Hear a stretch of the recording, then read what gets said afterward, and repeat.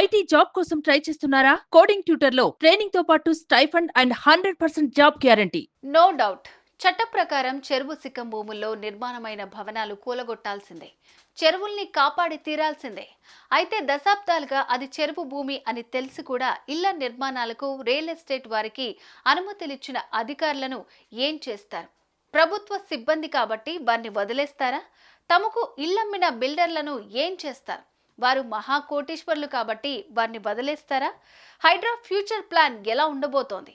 Lake city హైదరాబాద్కు పూర్వ వైభవం తేవటం ద్వారా నగరంలో వరదల సమస్యను తీర్చాలన్న వారి పట్టుదల నెరవేరబోతోందా? ఈ మొత్తం వ్యవహారం అంతా ఇప్పుడు పెద్ద చర్చకే దారితీస్తోంది. అటు సామాన్యులు వేస్తున్న ప్రశ్నలకు సమాధానాలు ఎలా ఇవ్వాలన్న దాని మీద సర్కార్ మల్లగుల్లాలు పడుతోంది. ఇంతకీ ఎలాంటి సమాధానం రాబోతోంది?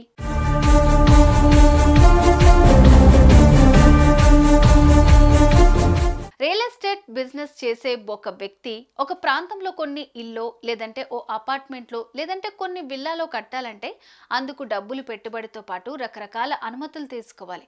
అలా అనుమతి పొందేందుకు రకరకాల డాక్యుమెంట్లు ప్రొడ్యూస్ చేయాలి. అవి అన్నీ సక్రమంగా ఉన్నాయంటే ఇంటి నిర్మాణానికి టౌన్ ప్లానింగ్ విభాగం అనుమతిస్తుంది. ఇంతకీ ఆ అనుమతులిచ్చే విధానం ఎలా ఉంటుందో కాస్తంత వివరంగా తెలుసుకుందాం.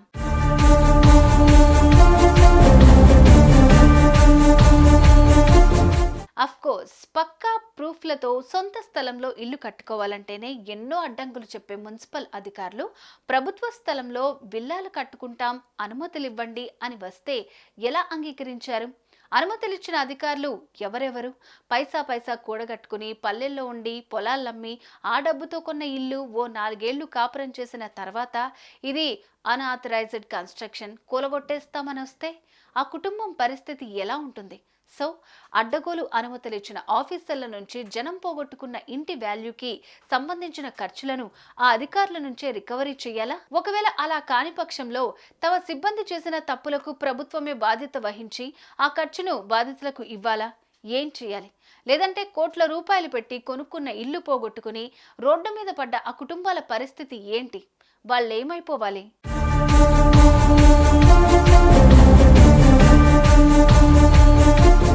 ఇలా చెరువు సిక్కం భూముల్లో బిల్లాలు కట్టి అడ్డంగా అమ్మకానికి పెట్టి ప్రజలను మోసం చేసి ఆ బిల్డర్లు చేసింది మోసం కాదా? వారి మీద 420 యాక్ట్ కింద చీటింగ్ కేసులు పెట్టనక్కర్లేదా? ఆ బిల్డర్ అలాంటి చోట్ల నిర్మాణాలు కట్టేందుకు కోట్లలో లంచాలు మెక్కి అనుమతులిచ్చిన మున్సిపాలిటీ అధికారులు వారు ఉద్యోగంలో ఉన్న రిటైర్ అయి ఉన్న వారిని కోర్టు బోను ఎక్కించాల్సిన అవసరం లేదా? వారి ఆస్తులు జప్తు చేయాల్సిన అవసరం లేదా? మరి ఈ దిశగా ఆఫీసర్ల మీద కూడా తూతూ మంత్రంగా చర్యలుంటాయా? లేదంటే ఈ అరాచకానికి పాల్పడ్డ వాళ్ళందరి మీద ప్రాసిక్యూషన్ ఉంటుందా? ఇది కూడా తేలాల్సి ఉంది.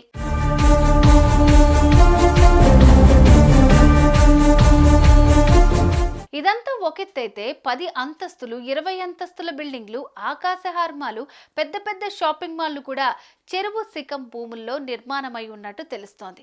మరి ఈ మహాభవనాలను కూడా హైడ్రా కూల్చేస్తుందా? కేవలం ఇళ్లతోనే సరిపెట్టుకుంటుందా? ఇప్పుడిప్పుడే జన ఆగ్రహం వెల్లువెత్తుతోంది. అధికారులను నిలదీసే పరిస్థితి మొదలైంది.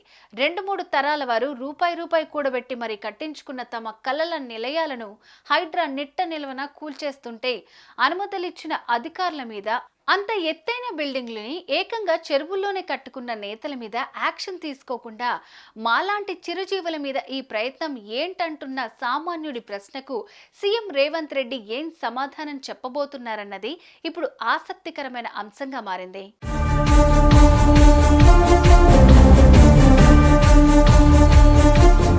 ఎన్నో ఏళ్ల క్రిందట స్థలాలు కొన్నాం, రిజిస్టర్ చేయించుకున్నాం, అష్ట కష్టాలు పడి అప్పులు చేసి ఇల్లు కట్టుకున్నాం, కరెంటు కనెక్షన్ వచ్చింది, నల్లా కనెక్షన్లు ఇచ్చారు, మున్సిపాలిటీ ట్యాక్సు కడుతున్నాం. ఇంత జరిగిన తర్వాత ఇప్పుడు వచ్చి ఇల్లు కూలుకొట్టేయటం ఏంటి? ఏం న్యాయం అంటున్న సామాన్యుడికి న్యాయస్థానాలు అండగా నిలబడతాయా? అవినీతి అధికారుల వ్యవహారం గురించి విని చూస్తూ ఊరుకుంటాయా? ఏం చెబుతాయి అన్నది కూడా భవిష్యత్తే తేల్చాల్సి ఉంది.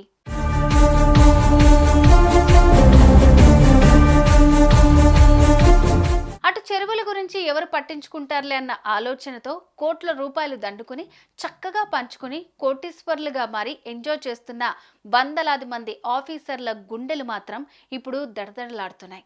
తాము చేసిన అక్రమాలకు ఎలాంటి శిక్షలు అనుభవించాల్సి వస్తుందోనని వారికి నిద్ర కూడా పట్టడం లేదు.